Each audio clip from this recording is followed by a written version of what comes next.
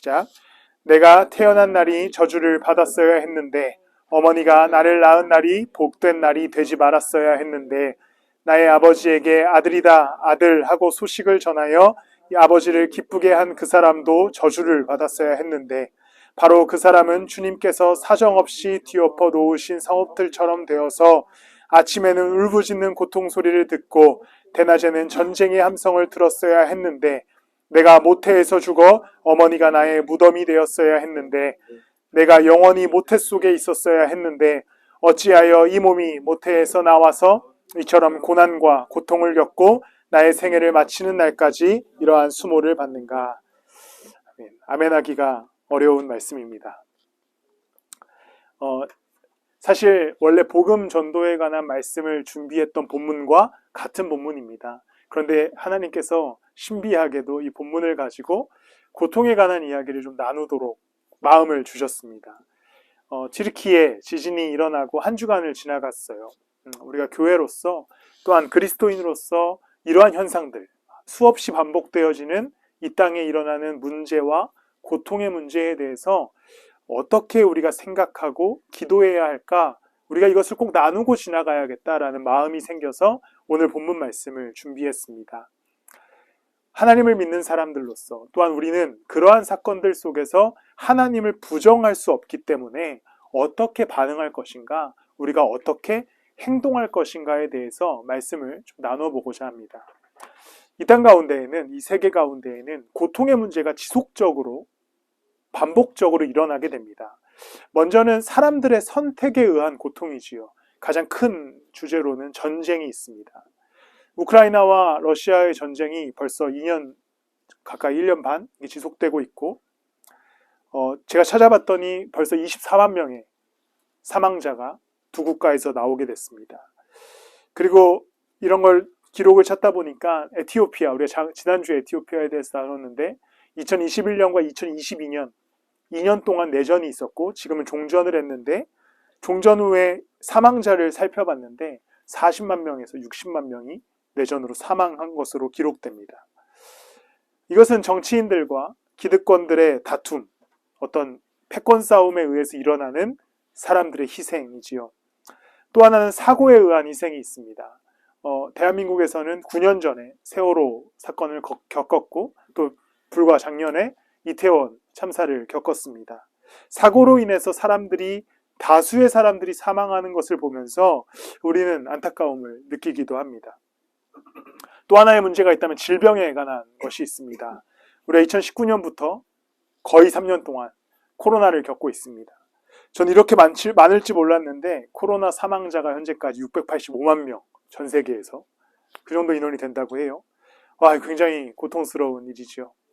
근데 이 모든 것들, 전쟁, 또 사고, 질병은 우리가 쉽게라는 말은 좀 웃기지만 포장할 수 있는 것이 하나 있습니다. 이건 인간의 죄 때문이다. 인간의 죄로 인한 탐욕의 문제다. 이렇게 넘어갈 수가 있어요. 전쟁도 그렇고 또 사고도 그렇고 질병도 그렇고. 그런데 우리가 그런 핑계로 넘어갈 수 없는 하나의 주제가 있다면 자연재해입니다. 자연재해는 인간이 잘못한 게 아니잖아요. 갑자기 일어난 사고이기 때문입니다. 실제로 유럽에서 기독교가 가장 강력했던 유럽에서 하나님에 관한 믿음을 흔들어버린 중세시대에 아주 중요한 사건이 있습니다. 1755년에 포르투갈의 리스본에서 대지진이 일어납니다. 그리고 나서 5만 명의 희생자가 나오게 돼요. 그러면서 그때 신학자들을 비롯한 많은 그리스도인들이 의문을 갖기 시작합니다. 하나님이 살아계신가? 그 전까지는 곤고했던 기독교 신앙이 있었어요. 300년의 기독교가 국교화된 유럽이 가톨릭과 개신교를 거쳐가면서 절대 흔들리지 않았던 하나님에 대한 신앙이 이 1755년 리스본 대지진으로 인하여서 흔들리기 시작합니다. 정말 신이 있다면, 하나님이 살아계신다면 어떻게 이렇게 많은 사람들이 한순간에 죽을 수 있는가?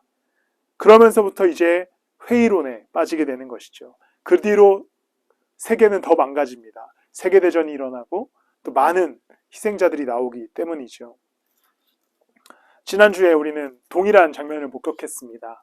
튀르키예와 시리아 국경에서 지진이 일어났고 현재까지는 2만 명 넘는 사망자가, 그리고 이제 계속해서 사망자가 나올 것으로 예상됩니다. 우리도 동일한 의문이 듭니다. 하나님 정말 살아계십니까? 하나님이 살아계시다면 도대체 우리는 보통 하나님을 선하다 얘기하고 완전하다 얘기하고 전능하다 이야기하는데, 도대체 이러한 일, 이러한 재해, 도대체 이게 왜 일어나는 걸까? 왜 하나님 사람을 괴롭히십니까? 정말 정의의 하나님이 맞으십니까? 라는 의문부호가 우리 가운데도 붙게 됩니다. 그리고 이러한 고통의 문제 앞에서 많은 신학자들과 목사님들은 정답을 찾아 나가려고 하죠. 가장 두려운 정답이 아니죠. 오답은 모든 것을 심판으로 보는 또 그런 분들이 있습니다. 야, 이게 하나님의 심판이다. 그들이 하나님을 제대로 믿지 않았기 때문에 하나님이 주신 심판이다. 그러면 저는 거기에 반문을 하고 싶은 질문이 있습니다. 그럼 예수 그리스도의 십자가는 무슨 소용이 있습니까?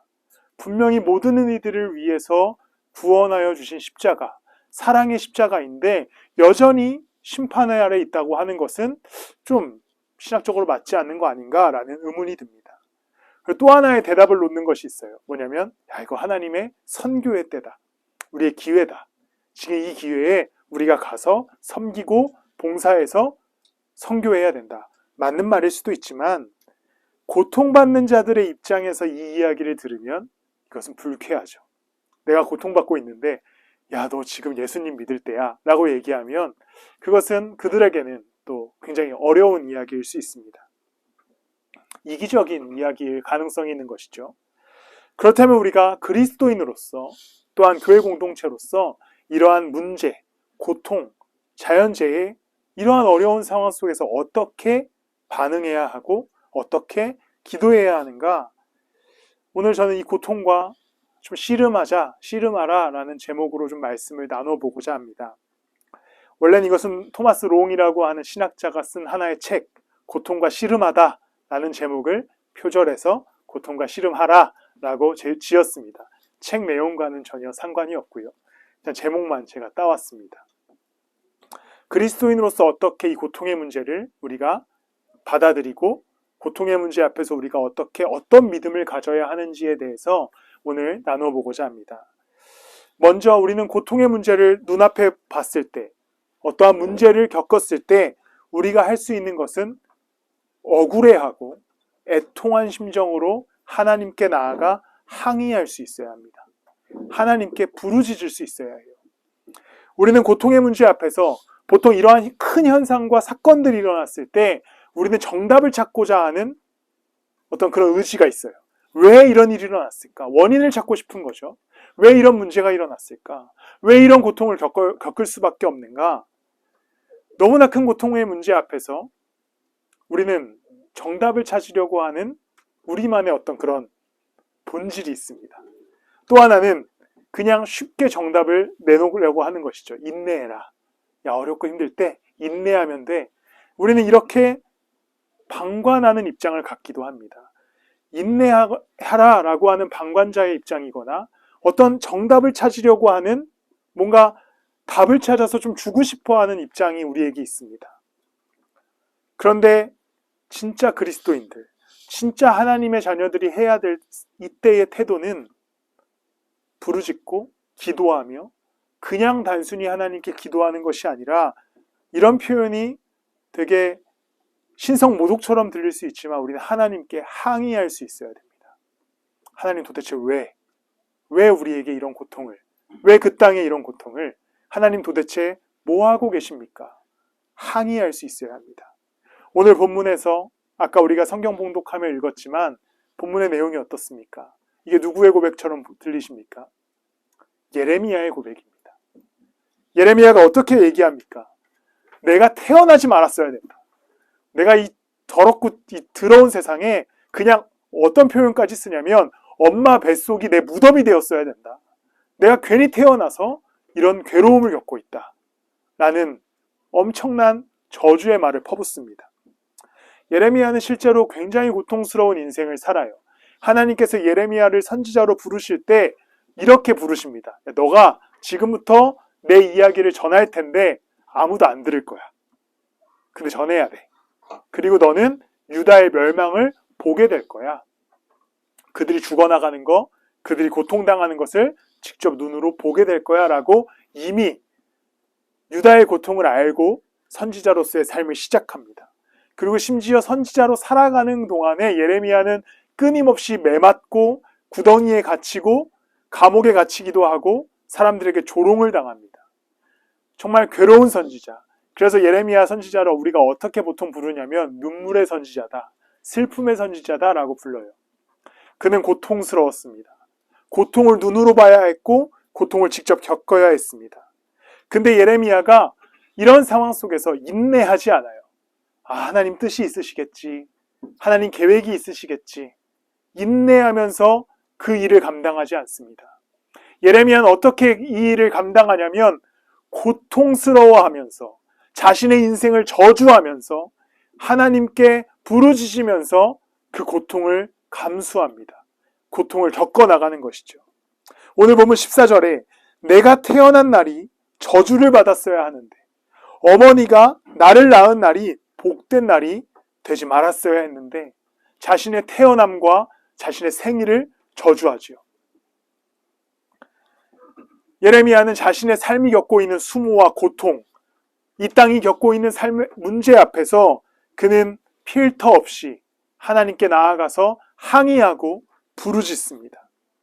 고통받는 자의 대명사가 한 명 있지요. 성경의 인물에 욥이 있습니다. 욥은 고통 앞에서 인내한 자로서 우리가 비춰지지만 욥기를 잘 읽어보면 욥도 하나님께 나아가서 끝까지 분통을 터뜨립니다. 욥기 30장 23절에 보면 이렇게 얘기해요. 주님께서 나를 죽음으로 몰아넣고 계십니다. 끝내 나를 살아있는 모든 사람들이 다 함께 만나는 그 죽음의 집으로 들어가게 하십니다. 욥은 욥기 3장부터 시작해서 엘리후를 만나는 그 시점까지 끊임없이 하나님께 나아가서 항의하고 부르짖고 고통을 이야기합니다. 고통 앞에서 그리스도인들이 해야 하는 것, 이거 왜 이럴까? 이게 왜 이런 문제가 일어났을까? 정답을 찾는 것이 아니라, 정죄할 대상을 찾는 것이 아니라, 그리고 혹은 그들에게 인내하라 라고 하는 그냥 뜻없는 이야기를 할 것이 아니라 우리도 같이 충분히 고통스러워하면서 함께 부르짖는 것, 그들의 문제를 이게 왜 일어났을까? 이게 혹시 그들의 죄 때문일까? 이런 생각을 하기 이전에 우리는 그 고통에 참여해서 함께 애통해야 하고 함께 부르짖고 함께 고통스러워해야 하는 것이 그리스도인의 진정한 태도입니다.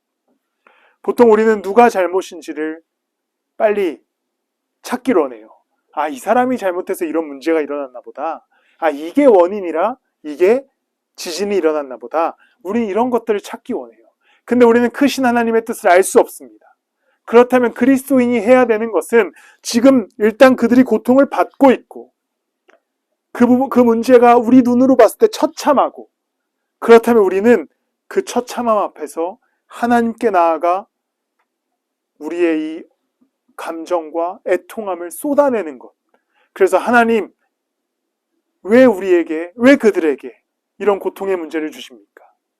그들을 도와주십시오. 항의하는 기도가 그리스도인들에게 필요합니다. 개인의 고통의 문제에도 마찬가지입니다. 우리 주변 사람들의 고통의 문제에도 마찬가지예요. 누군가가 어려움을 겪고 내가 고통을 겪을 때에 먼저 원인과 정죄함을 찾지 마십시오. 그게 우선이 되면 우리의 신앙이 피폐해집니다. 그런데 우리가 고통을 겪을 때, 누군가가 어려움을 겪을 때 우리가 먼저 해야 하는 것은 그 감정과 그 어려움과 그 고통스러움을 가지고 그냥 그대로 하나님께 나아가서 무릎 꿇고 항의하며 기도할 때 진짜 하나님의 일이 시작됩니다. 예레미야처럼, 욥처럼 그들은 참지 않습니다. 하나님의 인내하심을 기다리지 않아요. 자기의 태어남을 저주하면서까지 하나님께 나아가서 분통을 터뜨립니다. 그리고 분노해요. 그리고 부르짖고 간구합니다. 그러면서 점점 하나님의 답을 찾아가는 것이죠. 이 땅에 큰 문제들이 많이 일어나고 있고 또 계속해서 우리는 이러한 고통의 문제들을 목격할 것입니다. 또 우리 개인의 삶에 많은 일들로 어려움을 겪을 수 있습니다. 우리가 해야 하는 것, 살아계신 하나님께 나아가 하나님께 묻고 항의하고 기도하고 그리고 하나님께 은혜를 구하는 것, 그것이 그리스도인이 가장 먼저 해야 할 태도입니다. 이런 세계의 문제가 생겼을 때 이것을 평가하고 원인을 찾으려고 하는 많은 것들에 속지 마시고 하나님의 뜻은 우리가 알 수 없기에 우리는 그저 우리의 자리에서 애통해하며 그들을 향해 기도해 주십시오. 그러면 하나님께서 분명히 그 기도를 들으시고 일하여 주실 것입니다. 또한 이러한 상황 속에서 우리가 해야 하는 것은 여전히 하나님이 살아계시다는 것을 믿어야 합니다. 그리고 우리가 그분의 계획, 그분의 뜻, 그분의 생각을 알 수 없기에 우리는 믿음으로 하나님께 이 상황을 맡겨드릴 수 있어야 됩니다. 고통의 문제가 일어날 때 제일 큰 문제는 앞에서도 얘기했지만 하나님 존재에 관한 의문입니다. 하나님 정말 살아계신가? 이것을 신학적인 용어로 신정론이라고 하는데 신이 정말 존재하는가에 대한 의문이 우리 가운데 터져나오기 시작합니다. 그런데 이때 진짜 중요한 것은 그리스도인으로서 우리가 하나님이 살아계심, 하나님이 우리를 인도하고 계신다. 하나님께서는 분명히 우리보다 더 크시고 이 역사를 주관하시고, 역사라고 하는 것은 단편적인 오늘 하루가 아니라 전 지구적인 역사이기에 이 역사 가운데 하나님이 일하고 계신다라고 하는 믿음 속에서 우리는 인내하고 기다릴 수 있어야 합니다. 하나님의 뜻을 속단하고 하나님의 뜻이 여기 있다. 우린 보통 이러고 싶어 하거든요. 하나님의 뜻이 이거다. 그래서 지금 이런 문제가 일어났다. 근데 그건 알 수가 없어요. 하나님의 뜻과 계획이 100년 뒤에 우리가 죽고 나서 일어날 수도 있는 것이고 너무나 크고 놀라운 하나님의 계획 속에 있는 점과 같은 순간일 수도 있습니다.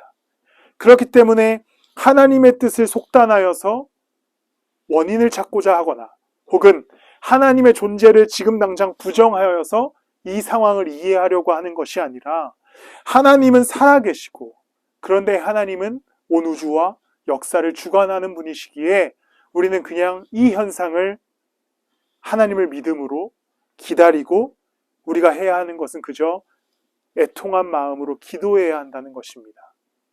욥이 하나님께 나아가서 하나님 왜 나에게 이런 저주를 나이가 왜 이런 고통을 받습니까? 라고 항의할 때 이제 그때 엘리후가 찾아옵니다. 그러면서 엘리후가 욥에게 이야기하는 긴 내용을 한 문장으로 줄이면 이것입니다. 하나님은 어떤 분보다 크시다. 그걸 당신이 이해할 수 있냐? 이것이죠. 하나님의 뜻을 우리가 알 수는 없습니다. 하나님의 전능하심, 그분의 계획, 우리가 할 수 있는 것이 없습니다. 우리가 있어야 할 곳은 오늘 하루 우리의 삶의 자리이고 우리는 기도하고 함께 슬퍼하는 일, 그것만 우리는 할 수 있어야 합니다. 하나님은 분명히 살아계시고 여전히 이 땅을 주관하고 계시고 그 땅을 또 하나님께서 그분의 계획대로 인도하고 계시기 때문에 우리는 하나님께 나아가서 자비를 구하고 긍휼을 구하고 그들을 불쌍히 여겨달라, 우리를 불쌍히 여겨달라 기도하는 것, 그들의 고통을 어루만져 주시기를, 그곳에 하나님의 은총이 있기를 기도하는 것, 우리가 해야 할 일은 딱 거기까지입니다. 우리가 더 나아가서 누군가를 정죄하거나 혹은 현상적으로 이게 왜 일어났는지를 판단하거나 하나님의 존재를 의심하는 것, 그것은 우리가 해야 할 일이 아니라 하나님은 크시고 놀라우시고 전능하시기에 우리가 해야 할 일은 하나님께서 일을 이루실 때까지 우리는 우리의 자리에서 기도하고 그들과 함께 그 땅에 우리가 함께 있지 못하지만 다양한 방법으로 그들과 함께 해주고 그리고 하나님의 긍휼을 구하는 것, 그것이 지금 이 땅을 살아가는 그리스도인이 해야 할 삶의 태도입니다. 고통의 문제에 대해서 설교하기로 마음먹고 책들을 많이 보았습니다.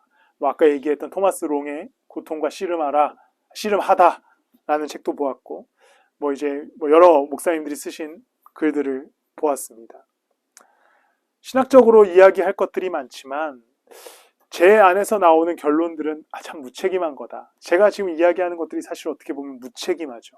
하나님이 분명히 일하실 거다. 하나님이 역사하실 거다. 우리는 그냥 기도만 하자. 무책임한 답일 수도 있지만, 그런데 하나님의 크고 놀라우심 앞에서 작은 우리가 할 수 있는 것은 이것밖에 없습니다. 그들과 함께 슬퍼하는 것. 그들의 고통에 우리가 어떠한 방법으로든 참여하는 것. 우리의 개인의 삶에도 고통의 문제가 찾아옵니다. 어려움을 만나고 문제를 만나죠. 그때 우리의 믿음이 많이 흔들려요. 특별히 우리의 삶이 어려울 때 믿음이 흔들립니다. 하나님 정말 살아계신가? 세상이 겪는 고통을 보면서 동일한 의구심이 듭니다. 하나님 정말 사랑이신가? 살아계신가? 그런데 하나님은 우리보다 더 큰 생각, 우리가 이해할 수 없는 계획과 창조의 목적과 이 땅의 역사를 주관하는 분이시기에 하나님이 당연히 이 땅과 그들과 우리의 삶을 인도하실 거라는 믿음 안에서 우리는 충분히 오늘을 슬퍼하시며 그들을 위해 할 수 있는 일을 하시면서 살아가십시오. 분명히 하나님께서 그들을 통해 일하여 주실 것입니다. 철저히 우리는 하나님 앞에 나아가서 엎드려짐으로 이 표현, 항의하며 기도하며 나아가는 이 현상을 바라보는 우리가 되길 소망합니다. 내 뜻보다 더 크신 계획을 갖고 계신 분, 내 생각보다 더 크신 목적이 있으신 분이 분명히 하나님께서 일하실 것입니다. 역사는 흘러갈 것이고 또 하나님께서 그 안에 하나님의 은혜를 부어주실 것입니다. 지금 우리가 고통스럽더라도 이해할 수 없을지라도 하나님을 믿는 믿음을 흔들리지 마시고 그 믿음 안에서 고통스러워하시고 그 믿음 안에서 기도하시고 그 믿음 안에서 애통해 하실 때 하나님의 온전한 계획과 뜻을 우리는 발견하게 될 것입니다. 마지막으로 우리는 지금 오늘도 그렇고 또 추후에도 세상이 고통당하고 또 누군가가 고통당할 때 계속 이야기하듯 방관자로 서거나 혹은 비판자로 서기보다는 할 일을 하는 그리스도인으로 서 있어야 합니다. 튀르키예는 또 시리아는 지진으로 고통스러울 것입니다. 우크라이나는 여전히 전쟁으로 무고한 시민들이 죽어가고 있고 또 아프리카는 에티오피아뿐만 아니라 아프리카 전역이 내전으로 인하여서 고통받고 있습니다. 또 기상이변이 일어나서 기후의 문제로 많은 이들이 어려움을 겪고 있지요. 그리스도인이 이때 주의해야 할 태도는 먼저 방관자로 서서는 안 됩니다. 우리는 많은 어떤 엄청난 사건이 저 멀리서 일어나고 한 주, 두 주 흐르다 보면 무뎌져요. 왜냐하면 우리의 눈앞에 일어나는 사건이 아니기 때문이죠. 그러면서 우리는 방관자로서 서게 됩니다. 오늘 몇 명 죽었구나. 초반에 우크라이나에서 전쟁으로 사람들이 피해 입을 때 우리는 마음 조려했습니다. 벌써 1000명이 죽었대. 그런데 이제는 24만 명의 희생자가 생겨도 우리는 무뎌지는 거죠. 방관하게 됩니다. 그냥 주변에 일어난, 바로 옆에서 일어난 일이 아니고 멀리서 일어난 사건이다 보니 우리는 그렇게 되기가 쉽습니다. 또 하나, 아까 계속해서 이야기하는 그리스도인의 가장 고질적인 문제인 비판자로 섭니다. 이게 왜 일어났을까? 이게 누구 때문일까? 이게 혹시 무슬림 때문은 아닐까? 이게 혹시 저들의 민족의 죄 때문은 아닐까? 이런 비판자 입장에 섭니다. 이건 우리가 알 수 없는 답인데도 우리는 여기에서 비판을 하고 정답을 찾으려고 하죠. 욥이 고통당할 때에 비판자 입장에 섰던 세 사람이 등장합니다. 엘리바스와 빌닷 그리고 소발이지요. 이 사람들은 욥기 전체를 통해서 욥의 고통의 원인을 찾고자 했습니다. 너가 혹시 죄를 지은 건 아니야? 너가 혹시 하나님의 뜻을 제대로 못 지켜나간 건 아니야? 너가 율법을 하나님의 뜻을 잘 못 따른 건 아니야? 계속해서 욥의 고통의 원인을 찾고자 했습니다. 그런데 하나님의 원인은 거기에 없었죠. 근데 우리도 이러한 비판자의 입장에 처하는 것을 편해야 합니다. 그래야 사실 우리 마음이 편해요. 너네가 혹시 하나님 앞에서 죄 지어서 그런 거 아니야? 라고 해버리면 우리는 마음이 편해집니다. 아, 저들의 죄 때문이구나. 근데 우리는 그러한 입장에 서서는 안 됩니다. 그리스도인이 가져야 하는 태도, 방관자도 아니요, 비판자도 아닙니다. 이제 우리는 그들의 고통에 참여할 수 있는 참여자가 되어야 합니다. 그것은 우리가 현장에 갈 수는 없지만 내가 살아간 이 땅에서 삶에서 할 수 있는 대로 그들을 돕는 방법, 그것은 기도로부터 시작됩니다. 그리고 또한 그곳에서 그들을 돕는 자들을 돕는 것, 기도로 또 물질로 마음으로 후원하는 것이 또 우리가 할 수 있는 일일 것입니다. 내가 살아가는 삶을 여전히 잘 살아내면서 그들과 함께 고통에 참여하고 그리고 그들을 위로하고 하나님의 긍휼하심이 그러한 손길들을 통해 그들 가운데 임할 수 있도록 우리가 우리의 삶을 걸어가는 것, 이것이 가장 중요한 삶의 태도입니다. 예레미야는 오늘 본문에서 봤듯이 고통스러워합니다. 전 이 표현이 너무 슬퍼요. 내 무덤이 엄마 뱃속이 돼야 했을 텐데. 이러한 정도로 자신의 삶을 저주합니다.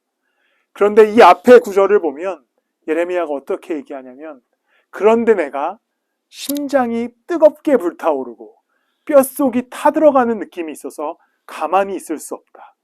그러면서 내가 내 삶을 살아가고 하나님의 일을 할 수 없음을 예레미야가 스스로 고백합니다. 이것이 우리의 삶의 태도가 되어야 됩니다.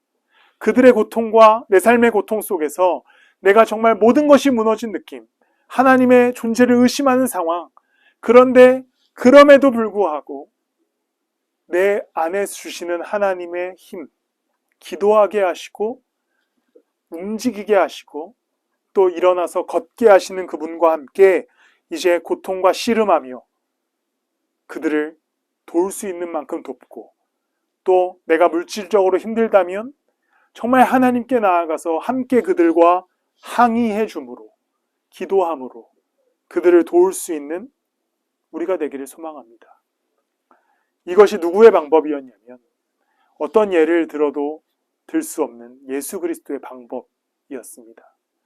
예수님께서 이 땅 가운데 많은 이들의 죄를 책임지고 사하여 주기 위해 이 땅 가운데 오십니다. 그는 먼저 방관자로 오지 않으시죠. 방관자로 오셔가지고 죄인이 이렇게 있구나. 그럼 얘네들을 어떻게 구원해 주지? 여기서부터 여기까지 죽이고 그럼 구원해 줘야겠다. 이렇게 방관자로 서지 않습니다.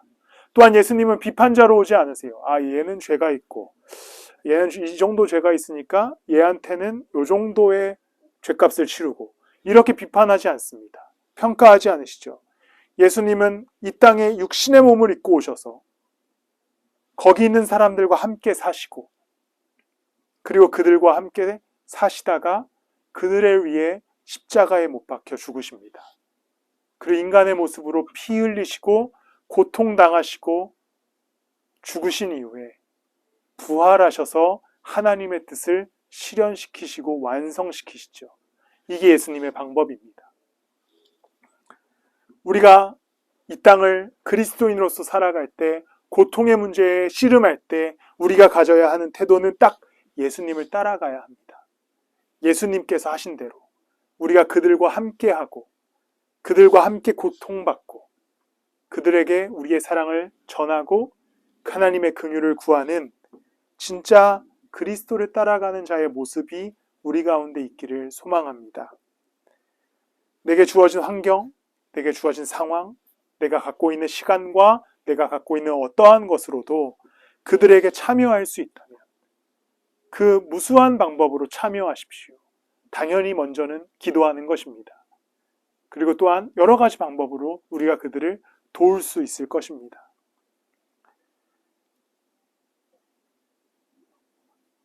고통받는 이들과 꼭 오늘 그곳에 지진이 난 그 땅의 사람들뿐 아니라 이 땅을 살아가는 누구라도, 내 주변의 누구라도 고통받는 자들이 있다면 우리가 해야 할 일, 그들의 삶에 참여하는 것, 그리고 그들과 함께 걸어가는 것, 그리고 그들을 돕는 것, 그들을 사랑하는 것, 그것이 그리스도인이 해야 할 고통 앞에서의 삶의 태도인 것을 기억하시고, 이 고통의 문제, 또한 여러분들에게 다가올 삶의 고통의 문제와 하나님과 함께 씨름하는 여러분들이 되시기를 예수 그리스도의 이름으로 축복합니다.